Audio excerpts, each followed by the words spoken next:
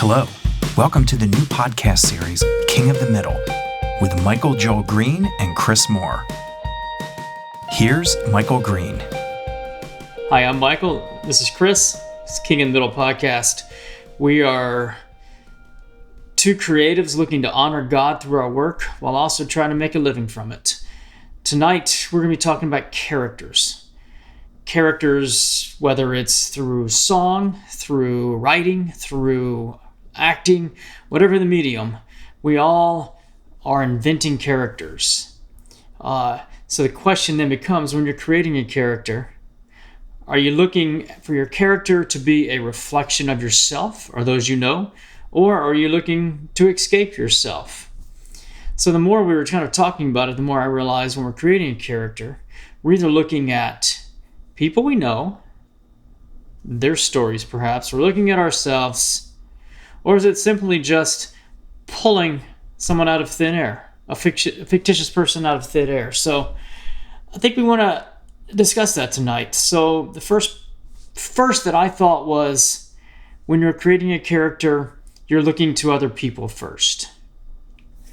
So Chris, what you've had some thoughts that you shared today on that. What do you got?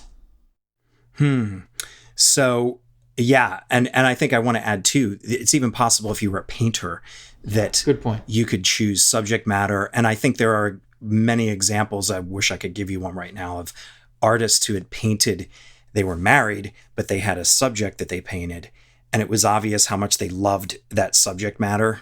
And it became known in history. Oh, there was an affair or whatever. So there is this sense of how much comes through in your real life and how does that have an impact on yourself and others. And of course, we're not advocating affairs and fictional characters, but just that's an example. And Michael, you sent a quote from, or a mention this afternoon as we were preparing, from Thomas Wolfe, who wrote an autobiography and basically alienated his whole town, and everybody hated him because he outed people for all the things that he disliked about them. And I think I have run up against this not only in creative work, design, be it songs, stories, but also documentaries as a Christian documentary artist, filmmaker, storyteller. How much do you reveal about the people that are your subject matter? But I think we're going to focus more on fiction tonight, and be it song, painting, whatever. And I think I am always struggling with the question, how much can I put in from my own life regarding people that I've met on my walk and my journey through life into my stories, especially if it has negative elements in the particular character that I'm writing? And is it identifiable? Is the person identifiable? And we briefly brushed up against this, I think, maybe in our pilot, but we're going to dig into it more tonight. And I have struggled with that. I always think every time I sit down to write, if I come up against life experience and I think, oh, I know someone who's in this category, or somebody who's kind of I'm pulling some stuff from things I observed, I am concerned, am I being godly? Am I being just in portraying that, especially if I start to get a little too deep into brokenness of something I observed in somebody that makes a great story? So what's your take? Have you done that? Have you found yourself writing about people that you know? Yes, I have. And you can't say. Maybe you can't actually say. Yes, I have. I do want to touch really quickly on the Thomas Wolfe. Probably not one of the most influential writers, at least on me, especially in my mid-20s, early 30s, by far probably my favorite writer. This was back early 1900s, before genre fiction, I guess, where sweeping landscapes and wide character development were very much the norm. He would call his work fiction, but it was all autobiographical. He would change the names. And I think his first book, which was going to make him, he had a deep desire for fame, by the way, craving for fame, which I can probably relate to. He knew that this was going to make him famous, and I think he went back to his hometown, and I think it was after the book was published, expecting to be revered, lauded, and people were really hurt because he, if it wasn't overtly critical, it was definitely veiled in criticism, and we can sense that, So when I started writing, I was blogging, and my friends actually would say, like, because we would go hang out and they'd show up in a blog. I wouldn't say their name, but they'd show up in a blog a few weeks later and be like, I started going out with friends and then making comments. Oh, I gotta be careful what I say. You're gonna put this in your blog. Mm-hmm. That's comical. But it's a heavy question to ask, because when I started, I wrote a memoir. It was a faith-based memoir, 10 years ago perhaps, and I struggle with that because I wasn't critical of people, but there was one friend of mine who I put in a negative light, and to me it was raw, it was honest, and so I have to be true to my writing, and it made him look really bad, and I eventually, a few years later, I did a re-edit of that book. It was digital, so. And I took out that whole section with him because it's like, that's not worth it to me. So I had to take that out. So I think before I used to say, it's all, it's for the art. It's true, it's honest. I think right now, if it was someone, and I think I would err on the side of not including it. I don't know. That's hard because there are stories that need to be told, and you can invent a fictional character where it's detached enough from the real person. But if it's obvious, especially if you're doing like I love fiction. That's what I love to write.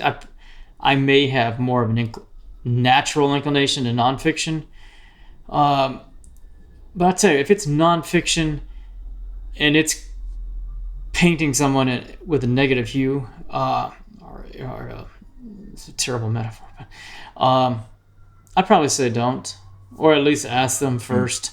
If it's fiction, I think you can create a character that's so many degrees removed from the real person that you'd probably be fine. I think it depends on the genre, actually. Yeah, or nonfiction versus fiction. Mm-hmm. You agree? That's good. Yeah, I think it depends. I think that absolutely it's true. As you were speaking, what came to my mind was looking at, you and I have colorful childhoods. We've got lots of interesting stories and crazy things that we did. Oh, family's a whole different ballgame, by the way. And that's a different game. Family's exactly. A whole different game, and man. I think we should move into that very quickly, because I thought there are people I know, and depending on what the element is or what the story, and also what would come up for me what might be a considering factor is if somebody actually doesn't believe in the Lord, and I put them in a story and used an element or something significant, and it's possible that they might find out or know, or I might tell them, and they're not a believer, I might be careful, because it might look like I'm a hypocrite or someone who is using them. Like it is possible, if you're not careful with the situation and who you're dealing with. I think it's case by case, to be honest. The more removed, I think that's another rule of thumb. One of my old roommates told me a story many years ago about this amazing situation about a couple who were going to get divorced, and something happened to them on the night that they were making the decision that made them reverse their decision. Now, that didn't happen to him. It's multiple levels removed, and this happened over 20, 25 years ago. So I'm incorporating my own twist on that story into something I'm working on. And I feel like I'm okay with that, because first off, I have no connection to the people. I'm not stealing their story because that's a concern. If I take too much of somebody else's story, it might be unethical, and it also could put you in some legal issues of which I'm not versed enough right now to even get into. But I'm talking more about ethics, what's right and wrong. But taking a tiny piece of a story that was interesting and twisting it, I think it's great. And I've actually been working on something. But if I was taking the direct story of someone I knew, then I have to think about it. And it even gets into kind of with fiction. We mentioned something in the last episode 5 about someone we knew who was like us, who had been stubborn about getting some good advice and not taking it. And that even makes me a little bit nervous making a mention of things like that in this podcast, where some people might eventually figure out who we're talking about. But that is a concern in any of our artistic endeavors, most definitely even in this podcast. So yeah, I think that's a rule of thumb, like how distant, how much time, and what is your relationship, or not necessarily a relationship to the person who gave you the information, but what does their life look like, and what is the likelihood they're going to find out? Because I have to face the Lord at the end of my days, and I have to account for everything I've done.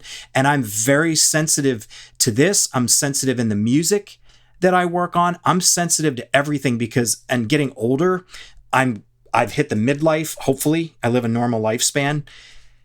I'm getting closer to the time where I'm going to have to account. So I'm very concerned for the ethics of this stuff.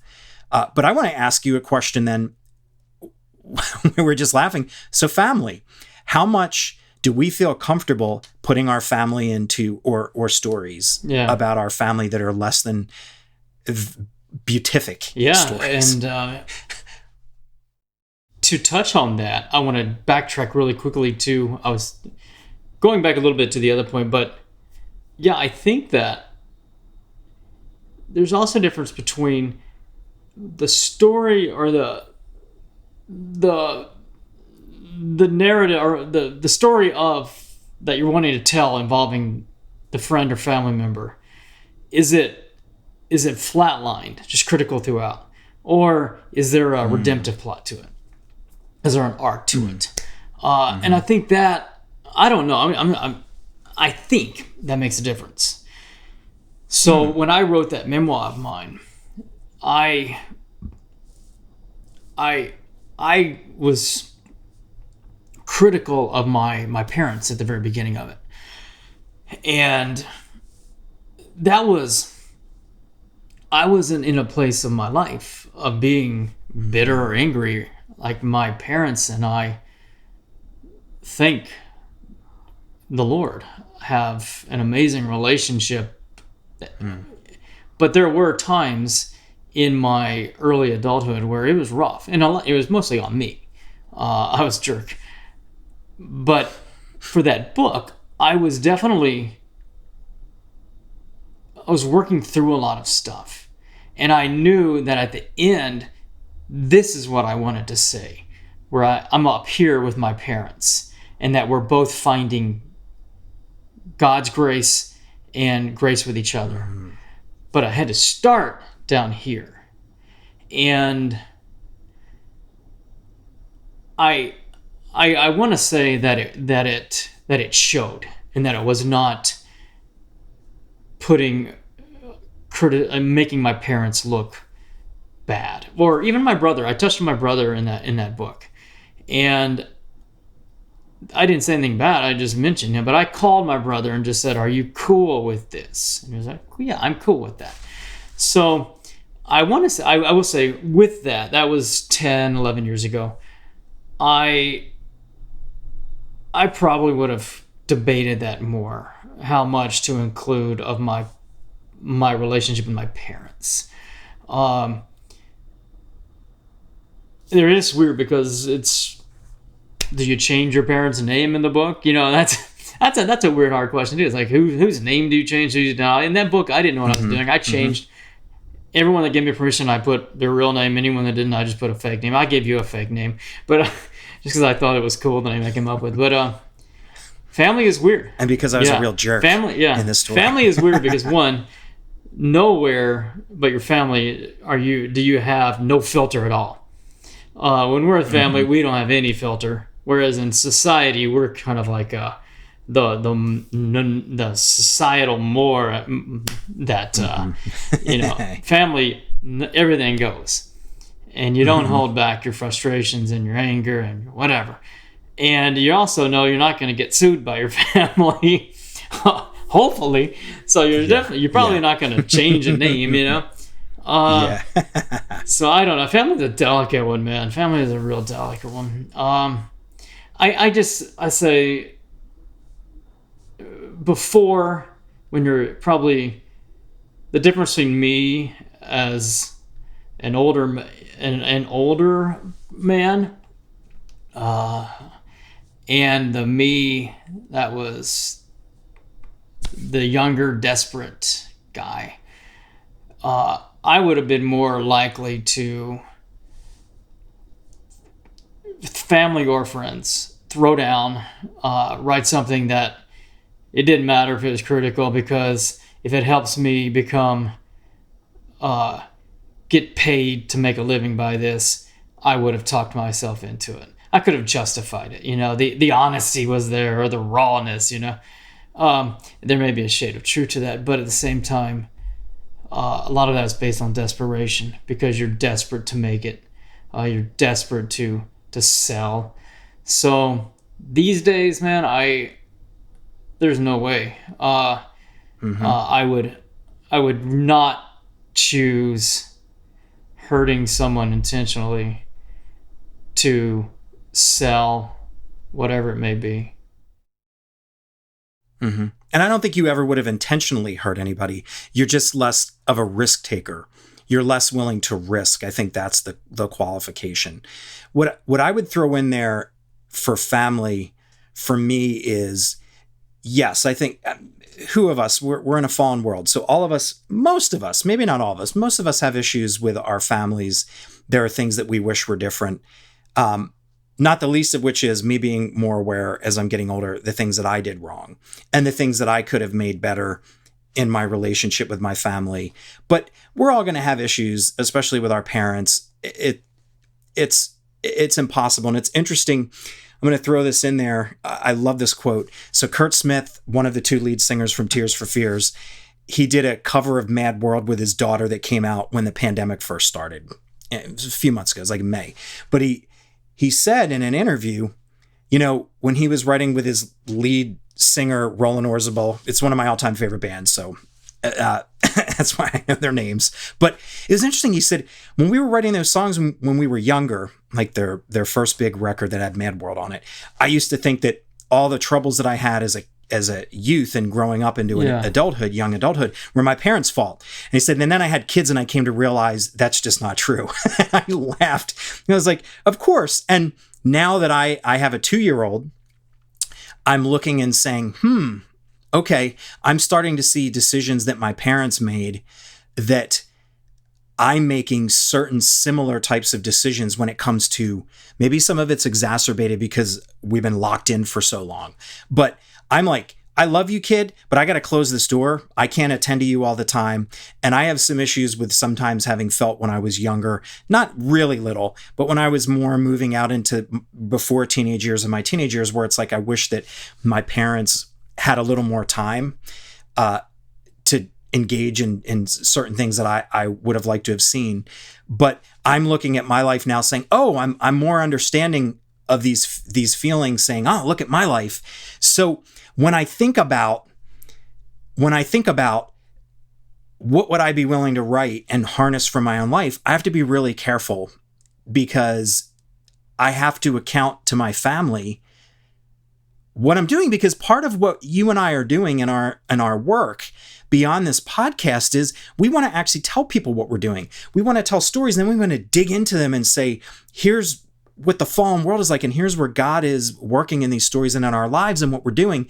And I can't put some heavy stuff from my childhood in and then just not mention and talk at all about where it came from when people are asking me, including my family. So I have to be careful to say, what is the line, how much I'm willing to bring that stuff into some of these fictional stories. And there's some heavy stuff that I would like to write about someday, but honestly, I probably won't do it, some of it, as long as my parents are alive. and as long as my parents and their friends and people who know them are alive, because I don't want to be disrespectful, and I don't ever want to be disrespectful, but I could write something in the future that no one would know that it came from my life, and I wouldn't have to explain it if everybody who knows anything about that has kind of passed on to greener pastures above, So I think about that a lot. I think a lot about there are things I want to do and some stories, but I'm not going to do them now. Yeah. And maybe that means maybe they'll never get done, but that's okay. I'm willing to make that sacrifice. And there's plenty of other people that are screwed up, including myself, that I can harness tons of stories. I don't have to go to my own family. So I want to ask you a question, we'll cut this out. I'm going to tell the audience right now, I'm going to cut this out if you say no, but something like a story with your brother, you have a fireworks story. Is something like that an issue that would be something that he'd be concerned about you telling? Just normal kids doing crazy stuff? Or is that the kind of thing that you wouldn't? I don't think so. No, I don't. You would be careful? I don't think he would mind that. No. Yeah. It's time. Time is. I wrote in a young adult book one time that I wrote where the kid's teacher's like, time heals all wounds, and he's like, you're an idiot. I don't think it was that's crap. Right. But right. Time does. Yeah. Time does allow you to deal with that. Yeah. There was my brother. That was terrible. Shooting fireworks in the backyard with another kid, and one of the fireworks, one in a million kind of thing, goes up a hill, through a wooden fence, through a hole that big, and finds the neighbor who was laying out by the pool, her eye, and blinds her or something like that. Just crazy stuff. Unbelievable. One in a million chance of that happening, but it was horrible. So I don't know if that was the question. Would you write about? Yeah, I would write about that if it came to my mind, and my brother wouldn't mind that. No, I think. And I honestly have stories where I did the kind of things that your brother did, and I just got the 999,000 times lucky most of the time. We used to take bamboo. My parents in our backyard, and I think you saw it because you came to visit once or twice, my parents, we have this yard that separates a 4-lane highway that goes from Philadelphia down to Ocean City and Atlantic City area. And this 4-lane highway, at times of the year and in times of the week, at certain times it can be very busy. And we used to take bamboo that's in the backyard that was there since before we lived there 40 years ago. It dries out. This bamboo dries out in the fall and the winter. So you have new stuff coming in the spring and summer, but in certain times of the year, it's super hard and dry. And you just tear it out of the ground. It goes, you can even snap it. And we used to make spears, and we would throw them up into the trees that were above the bamboo and try to make them come down and land in front of cars. We used to do berserkly, insanely stupid things. And we would throw snowballs in the wintertime when the tree leaves were dead. We would try to throw snowballs up over that bamboo because it was a natural barrier. People couldn't see us. And we'd try to throw snowballs onto people's cars. It's stupid idiocy. And we never did anything more than a snowball would hit a guy's rear, might hit somebody in the car somewhere, but it was no different than heavy snow coming off of the trees that were over the road. Anyway. We did terrible stuff. As you're talking though, I'm realizing this hits me. It's I don't think we mind, especially after years, we don't mind someone telling the stupid things that we do, or maybe the fireworks example, the bad events that happen. I think what we mind is when we if someone refers to our character or our inner being in a way that shows us as being really inwardly flawed. I think so. I've never thought about that, but I think it's I wouldn't mind you telling about when I was in college, and or even I got arrested 10 years ago for a DUI, worst mistake of my life. I wrote a book about that, it was very healing for me. So I wouldn't mind you telling that. But I think if you were to write a book and I knew a character is based on me and you just continually painted this kid this man as, narcissistic or completely self-absorbed, inwardly, a jerk, that would hurt. Man, and you just hit something that made me think related to what you just said, which is if somebody was writing a story about me, even if there was a redemptive arc, if somebody was in my family was writing a story about me or telling a song, and they didn't actually discuss what had happened in that issue and how maybe it had hurt them and maybe my point of view, and they wrote it from their point of view and it made me look negative, even if in the end it came out okay, I might be really perturbed that you went into the world and gave your point of view about a story and you didn't come and give me a chance to speak. I think that's interesting. I'm piggybacking on what you just said. And I think that's interesting. And maybe that's where some of this fear, certainly of talking about our parents or people that we were close with, is you said that you go and ask permission, which is great. As long as we don't then say, I'm going to do it anyway and change their name. Because we're older and adults, more mature adults now. But that, I think there's something to that, what you just said, combined with like, do I get a chance before you write about me to get an option? Because one of my cousins is an author and writes stories, and she's very gifted. She's very talented. She has written a number of poetry books, and she lived in the Midwest, but they spent time in the summers visiting our hometown because a number of relatives lived in our hometown, including our grandma. And I've always been a little bit nervous reading my cousin's stories when she's telling stories about New Jersey and growing up, and that I'm going to make my way into one of those stories as the snotty, bratty young kid who is a young punk who didn't know any better. And that somehow, and then that's maybe that's egotistical that I would think that my cousin's even going to write anything, as smart as she is and has her own life. But I've always been a little bit worried that I'm going to show up in one of those stories. And I've read a lot of her stories, but I haven't read all of them. And I always get a little nervous, like, is my family, or am I going to be in there?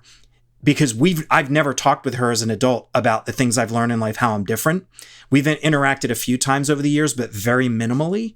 So it's interesting because I think you hit it. I'm glad that you brought that up. You really hit it. Here's your question then.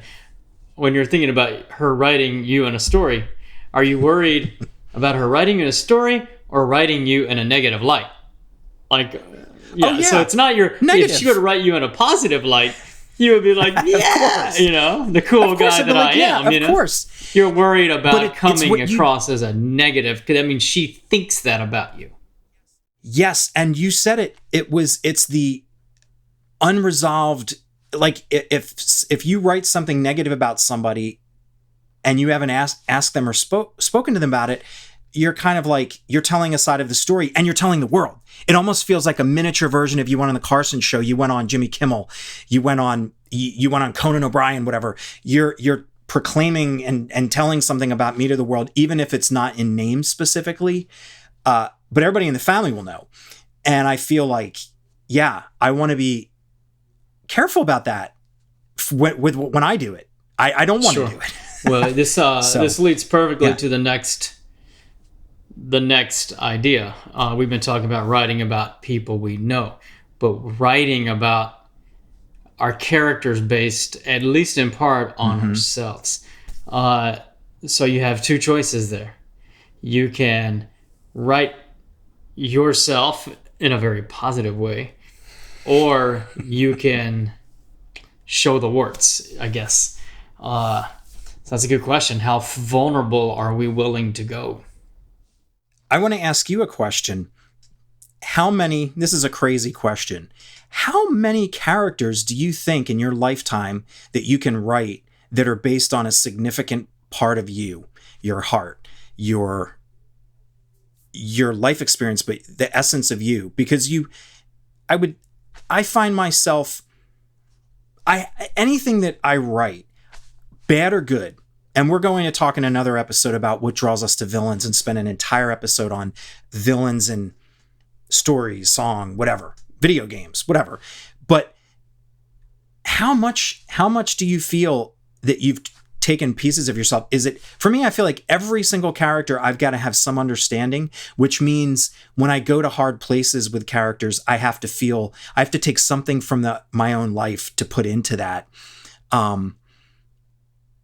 But I'm curious about your take and how much do you distill, and how much is there an entire picture of yourself? Like, do you ever take a huge core part of yourself and put that into a character that you put out there that's like, wow, this is actually practically me in this character that I'm writing?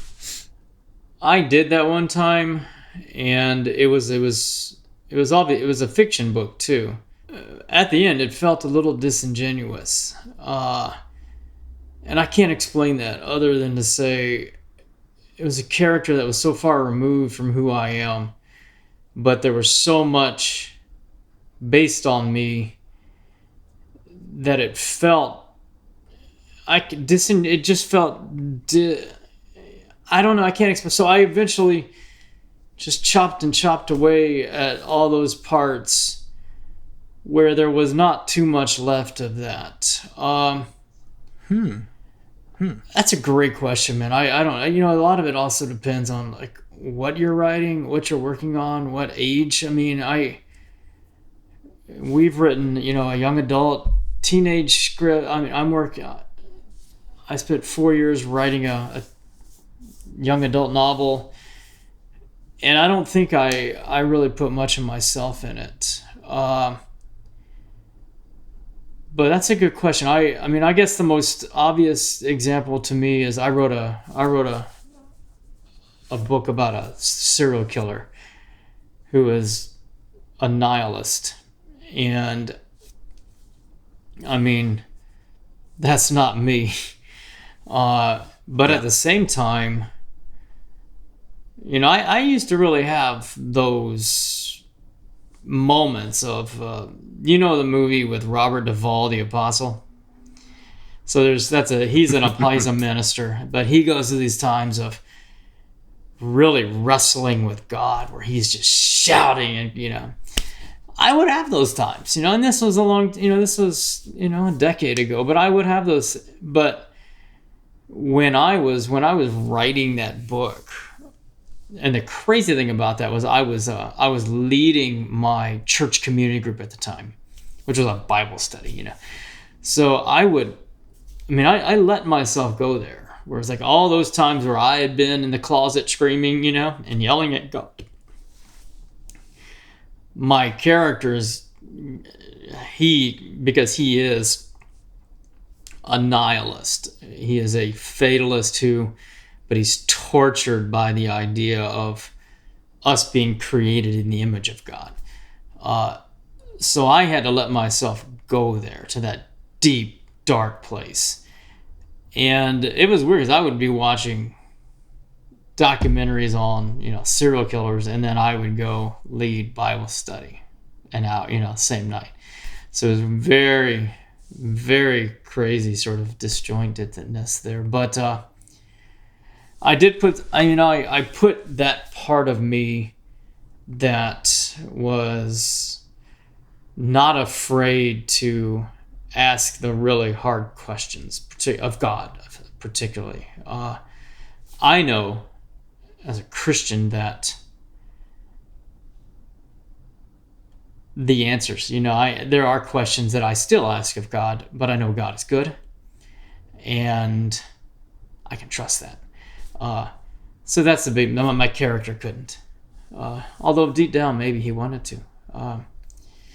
So I don't know. Your question is great. I don't know if I've answered that other than I think it probably depends on the character. But I don't think we ever get to truly escape ourselves. So always going to be, there's always going to be that part of you that even if it's a 15-year-old, I can think back to that period of life when you're feeling isolated, or you just don't know who you are. You don't know.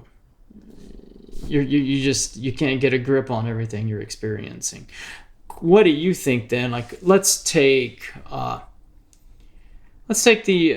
Henry Allison character. Yeah. We did that together, Yeah. but I think we kind of found we found the character together. What parts of you do you think you put into there? Let me go back. That was a very troubled teenager. Definitely a Holden Caulfield kind of not wouldn't even dare Holden compare Caulfield. there, but No. but very troubled. It's very, not like, very well, troubled. that's the point. Very lonely. Yep. The point, not Holden Caulfield, for those who don't know, we're talking about Catcher in the Rye, one of the greatest books ever written. And yes, we're not equating our writing anywhere near that level. And that's actually a point of maybe what will come out right now as we're talking about this, which is, so bringing yourself, I think, I've found that when I've worked in the past and didn't have some understanding in myself from life experience or some way of understanding because of things that I've observed, and I was writing stories or characters, it came out flat and flaccid if I didn't have some understanding, which means for me to have understanding, I had to have at least observed or felt something that's parallel.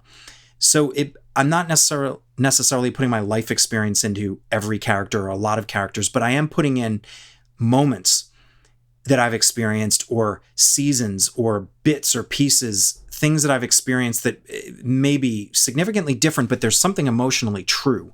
There's something intellectually true in the parallel or the situation that I'm drawing on. And I think if we find ourselves writing, again, it could be song, whatever, and we don't understand that character at all, we're going to run into problems.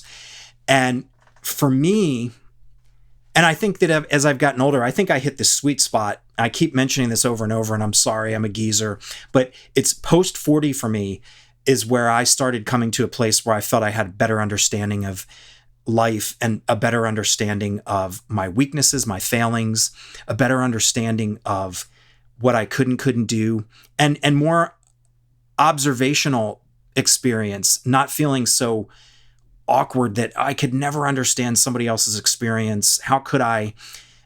And unfortunately, what I've come to find out is, which I'd heard many times over the years, people are actually predictable and you can figure things out. They do follow patterns more than you would think. And it turns out, as I've gotten older, I see it and I go, wow, even when I thought that wasn't true, we do settle into patterns unless we're actively trying in a godly way to not follow those patterns, because we're following the Lord, which means our lives get upended and they're completely way more complicated, which is great for writers, believers, because now you can dig into everything because you're not going the cultural way. You're not retelling the narrative. You're not going to follow the path that everybody else would who would tell the story, whether it be really dark and complicated or predictable, happy. You're in between everything because you see the world how it really is. But I think for Henry Allison, we get back to that. For me, when we were working on that, I did not completely understand who that kid was when I was writing. And it was one of the first times that I was jumping into a big epic project, and I understood about the story and redemption and things that as he started to get old, the things that got me teary-eyed and broken up when we were working on that story is as I started to understand him, because he was moving away from this punk kid who was broken and starting to realize the truths about life like I have when I was a kid and as I grew older. He's growing up very quickly because of the trauma that he's in. But I didn't understand where he was coming from, the anger and whatnot. And the whole beginning of that story that we worked on, and I worked on a ton of it, we had to ditch it. When we started doing the audio drama and we recorded it, it's like, this crap's got to go, because it's not, something is wrong here. It doesn't feel real. It feels like plot. And that's exactly it. I was not putting my heart into those moments. I was distant, like disembodied, looking in on a character that I wanted him to do things when in the story I was telling, but I didn't go into his shoes. And I think that's, for me, where you have to put yourself, no matter who it is. If you're writing about that serial killer Natter, there has to be something about the madness of what he believes that you take from the darkest part of yourself that you could actually understand it. You've got to somehow, and then that becomes a question I'm going to throw back at you. What do you feel? Okay, if I have to understand and feel something and I'm writing a story about a killer, as a believer, how far do I allow myself to go down that rabbit hole? Did you feel like you had to keep a distance? Were you like, I got to keep a certain distance from knowing this guy too well because this is darkness and I want to tell a story for a moral purpose, but I'm scared to go too dark. And I don't know what that line is, to be honest, in certain types of story. How do you feel about that? I had to let myself go all the way. Because couldn't have done it without it. And yeah, I went to dark places.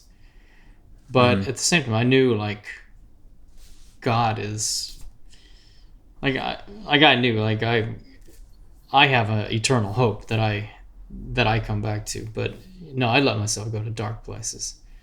It was tough. I know I would never. Actually, I'm not going to say that. I actually very dark place, but I enjoy it. I enjoy. I've always loved dark stuff. Not to change subject, we love books about killers. Why? Because that is the ultimate, at least in our mind, it's the ultimate sin, taking another life, because we're all created in the image of God.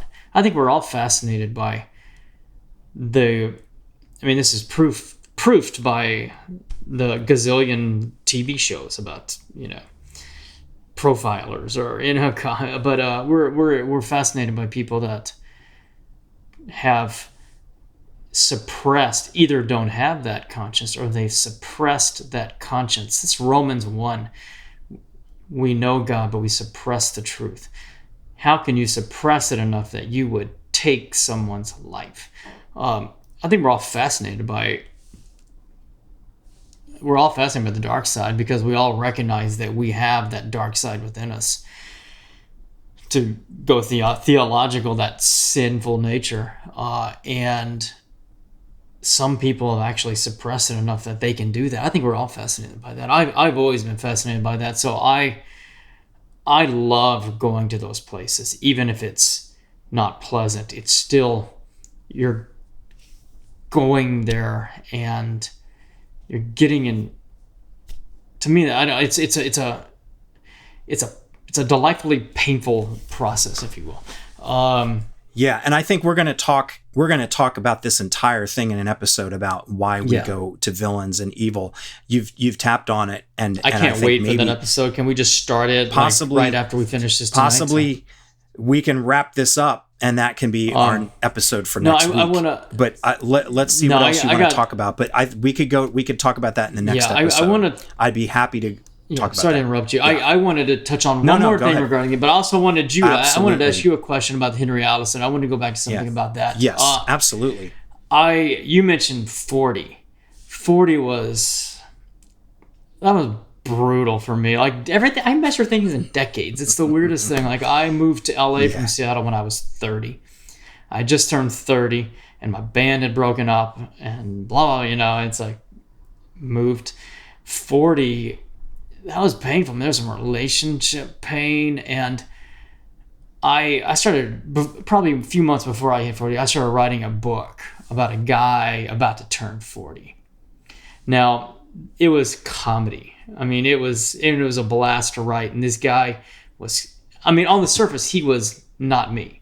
I don't think so. Yeah.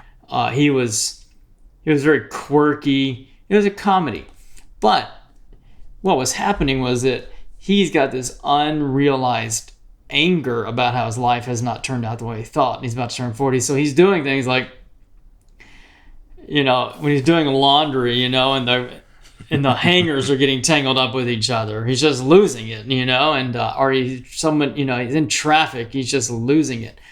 And that stuff was although the character wasn't, those actions are all me, because you're living in a dumpy LA apartment, turning 40. you're still broke, your relationship problems, you're still single. I mean, it was tough. And so you're not mad at the hangers. You're mad at your life not working out the way you thought. And you're mad that you're living in this crappy apartment with the slovenly neighbor next there who you've got to wait for him to take his clothes out of the dryer. So I was fascinated by those little behaviors that we don't really see are reflective of a big, deeper kind of thing. And for me, 40 was huge because it was like the same as 30. These music dreams had not panned out. 40 was, man, nothing I thought was going to pan. But then, wisdom, time, you realize, no, man, I've had a great life. I've been able to lead 3 different homeless ministries. I although just married a year ago, I've got the most wonderful wife in the world. You start, you gain perspective. Anyway, I wanted to ask you though, you mentioned the Henry Allison thing.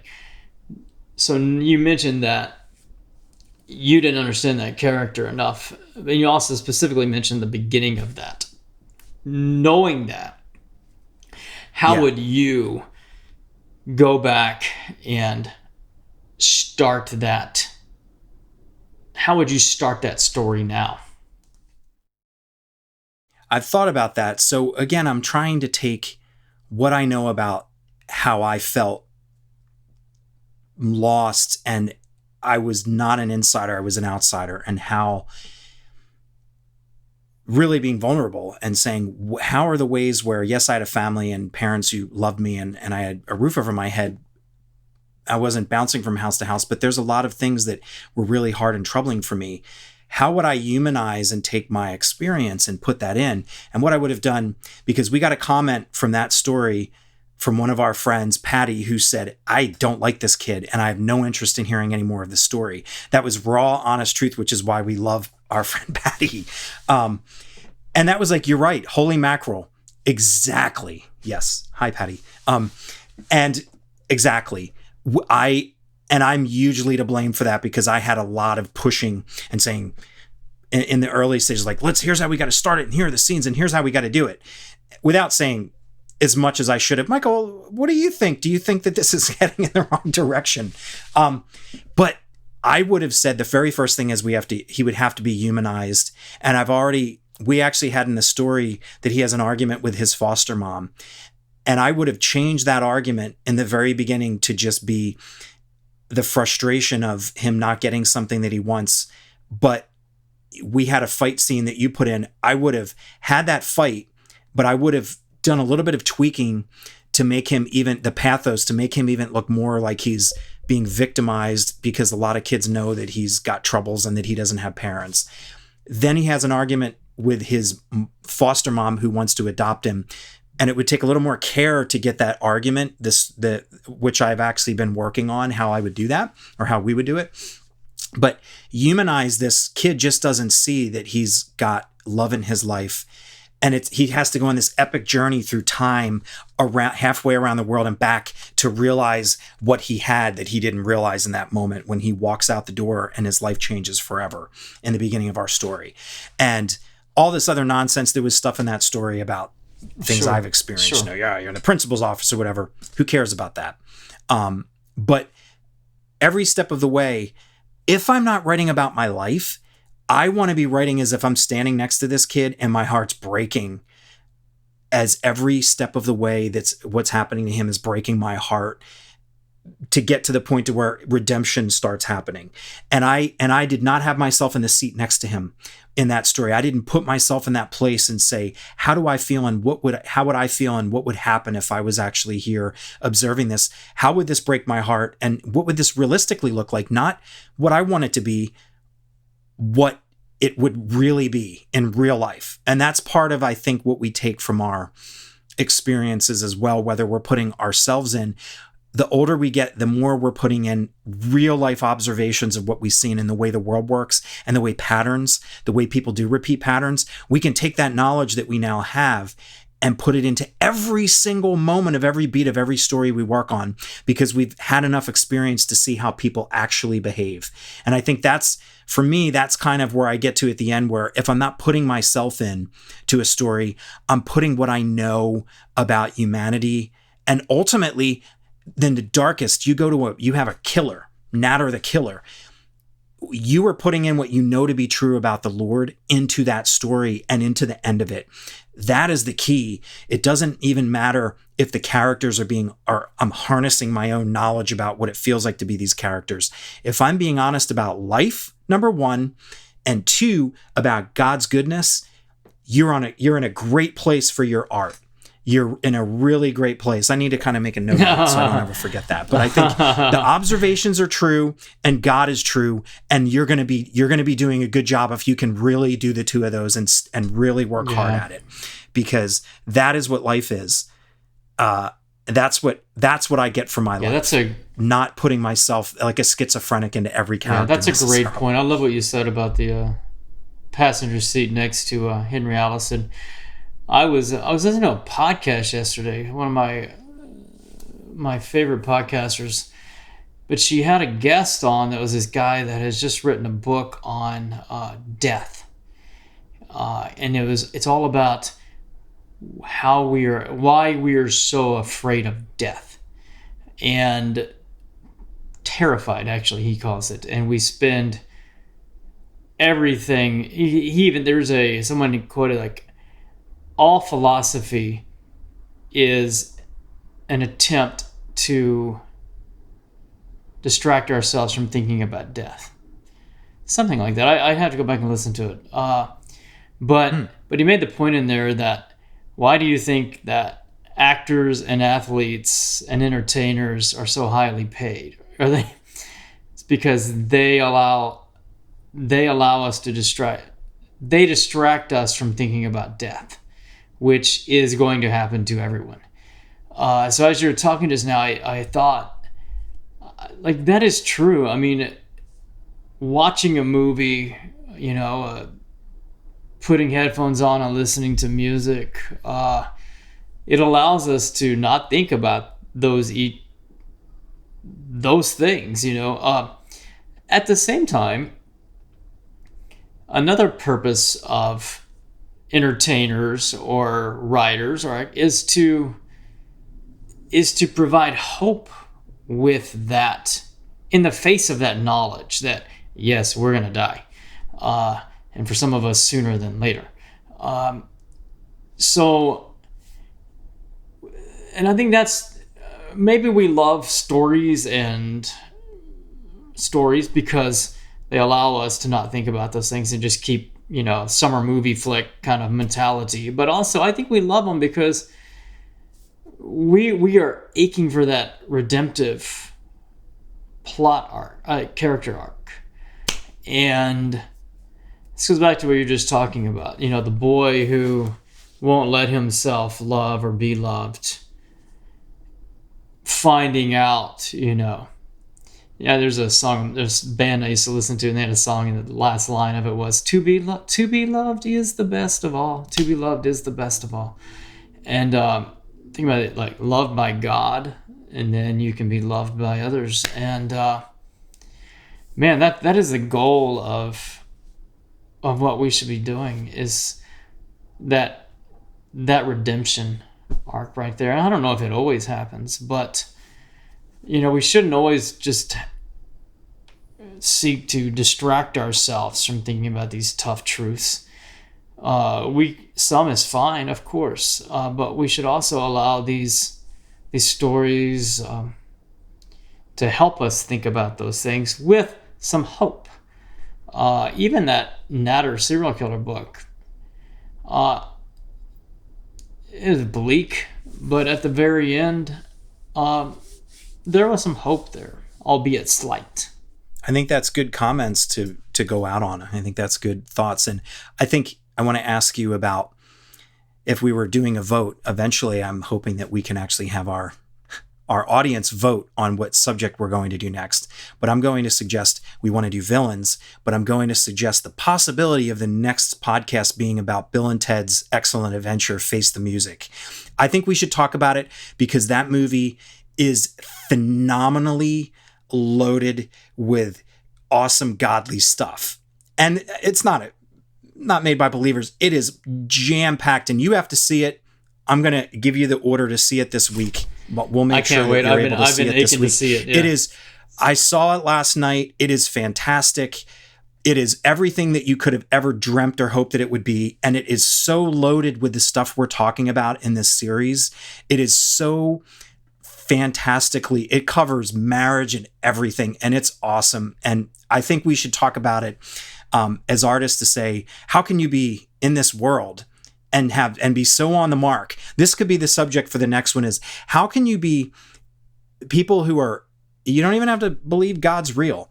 You can be so on the mark about God and how he is in this world and in this universe and not even be trying to do it and hit it so many ways right without having, and we don't have to invent it. You'll see this movie and you'll see.